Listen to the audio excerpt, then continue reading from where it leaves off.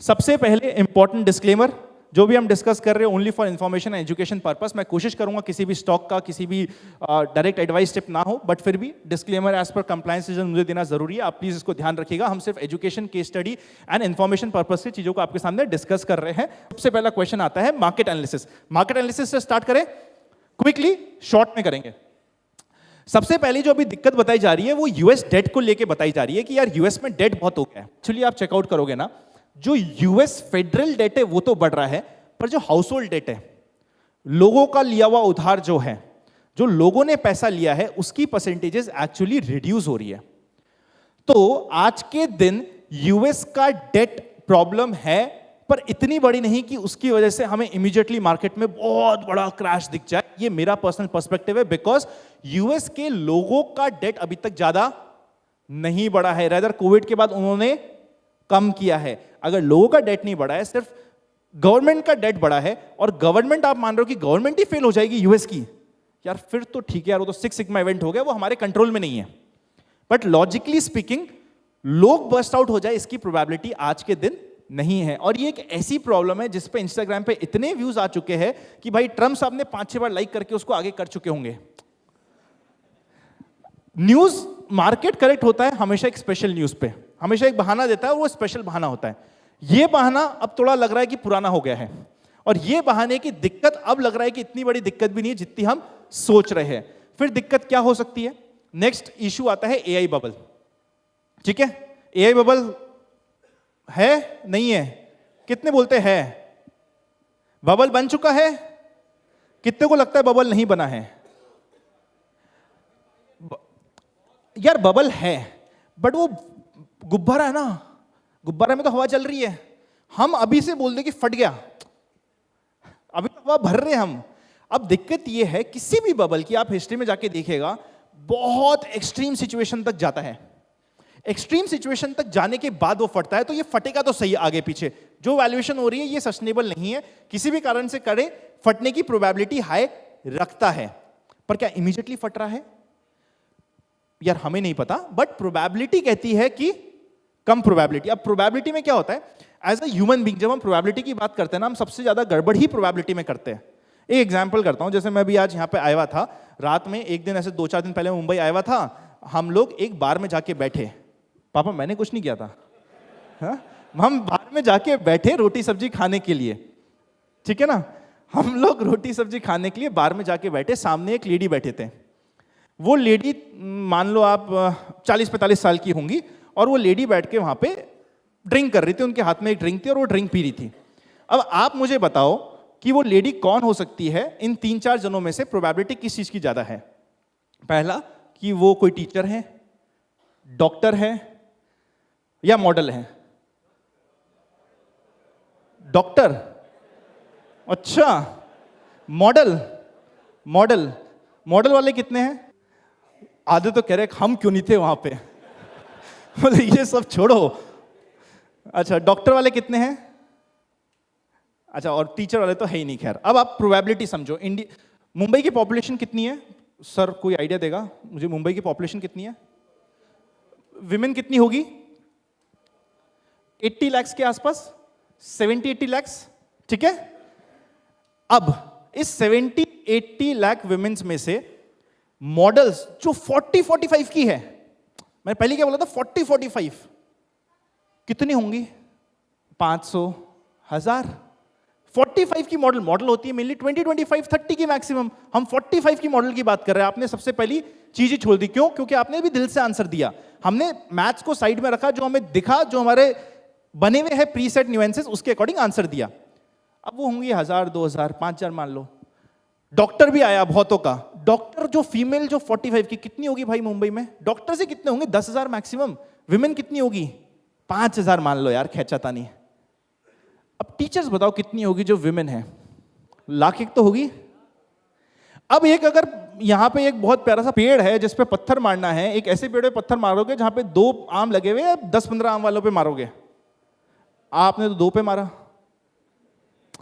क्योंकि वो हमारा प्रोबेबिलिटी का गेम गड़बड़ है।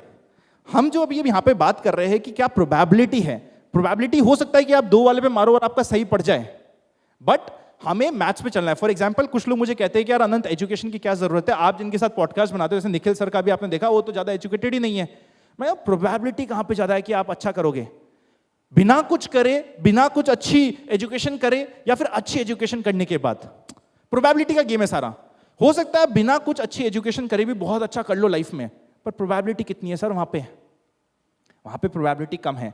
एजुकेशन के बाद प्रोबेबिलिटी ज्यादा है। हमें प्रोबेबिलिटी पे खेलना है मार्केट में, और प्रोबेबिलिटी पे खेलने के समय पे हमें अपने इमोशंस, जो हमारा दिल कह रहा है कि भाई ये तो बार में बैठी है, कोई मॉडल ही होगी, इसको साइड में रख के जो मैथ्स बोलती है कि यार टीचर सबसे ज्यादा है, अगर मेरे को पत्थर ही मारना है तो टीचर होने की प्रोबेबिलिटी है, इसको हमें समझना पड़ेगा। समझा समझा समझा? प्रोबेबिलिटी।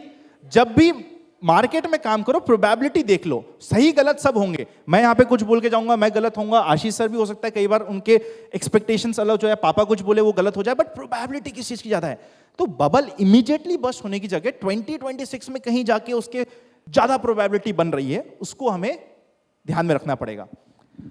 तो अभी इमीडिएटली कोई कारण नहीं है, पर एक एआई का बबल इंपॉर्टेंट हमारे लिए कारण हो सकता है जिसे हमें ध्यान में रखना पड़ेगा। That is very important. और इस बार एआई बबल अगर होता है तो इंडियन मार्केट ने एक्चुअली इस बबल में पार्टिसिपेट किया ही नहीं है। दिक्कतें तो ये आ रही है भी हमें कि यार यूएस मार्केट तो लाइफ टाइम हाई के आसपास जा रहा है, हम लोग इधर चल ही नहीं रहे। चल रहे तो साला स्मॉल कैप नहीं चल रहा, गलती से स्मॉल कैप भी चल जाए तो मेरा पोर्टफोलियो तो कभी नहीं चलता। दिक्कत यही है ना। तो मतलब आम आदमी के स्टॉक्स अभी नहीं बढ़े हैं, क्योंकि आपके नहीं बढ़े। आप बाजू वाले से पूछो भाई तेरे बड़े, वो बोले यार बड़े तो नहीं है। तो सब सेम नाव में चल रहे हैं। तो इंडियन मार्केट अभी इनहेरेंटली ज्यादा परफॉर्म नहीं किया है। क्योंकि नहीं किया है, एआई की वजह से टूटेगा यूएस मार्केट तो इंडियन मार्केट भी टूटेगा। बट बाउंस बैक करने में, एफआईआईस का फ्लो आने में प्रोबेबली हमारा नंबर सबसे पहले आने के चांसेस है। अब वो क्यों चांसेस है? सबसे पहला चांस का कारण भाई साहब, आजादी से लेके 2020 तक, 14-15 तक मान लीजिए, 17 तक मान लीजिए, रफली $12 ट्रिलियन का इंडिया में खर्चा हुआ है। किसी का खर्चा, किसी की इनकम, जितना खर्चा होगा उतना बेटर है, ये इंफ्रा पे खर्चा हुआ है। और आने वाले 10 सालों में, जो 5 साल निकल चुके हैं और आने वाले 5 साल है, इसमें ही वो $12 ट्रिलियन का खर्चा हो जाएगा।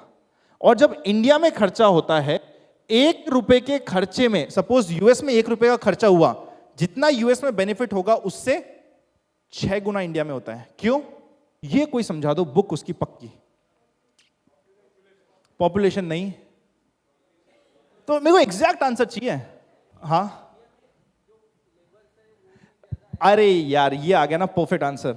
सर सबसे पहले thank you so much sir for coming and thank you sir. India में चीजें सस्ती है, लेबर सस्ता है, तो इसीलिए इंडिया में अगर सेम खर्चा होगा तो उस सेम खर्चे का प्रोडक्टिविटी कंपैरेटिवली ज्यादा आएगी, और ज्यादा आएगी तो इसलिए इंडिया में अपॉर्चुनिटी बेटर है।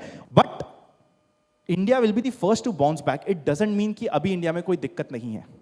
India will be the first to bounce back, इसकी प्रोबेबिलिटी सबसे ज्यादा है। पर अगर अभी आप देखोगे ग्रोथ रेट, तो आप नीचे वाला सितंबर वाला क्वार्टर की रेट देखिएगा, अभी यहां पे आपको कुछ अच्छे फिगर्स देखने को नहीं मिलेंगे एज कंपेयर जो आपको ऊपर मिल रहे हैं, चाहे वो पर्सनल लोन्स में हो, चाहे वो क्रेडिट टू इंडस्ट्री में हो, हाउसिंग लोन्स पे हो, जीएसटी पे हो।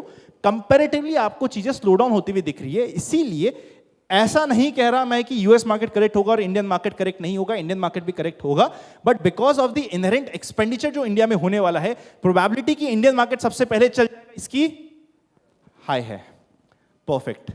अब इंडियन मार्केट में अपॉर्चुनिटी कहां सबसे ज्यादा हो सकती है, कौन से सेगमेंट्स की हो सकती है, बताइए सर, आपको क्या लग रहा है? हाँ सर, आईटी, बिल्कुल आईटी में लग रहा है सर। और आईटी क्यों लग रहा है? क्योंकि आईटी सबसे ज्यादा पिटा हुआ है।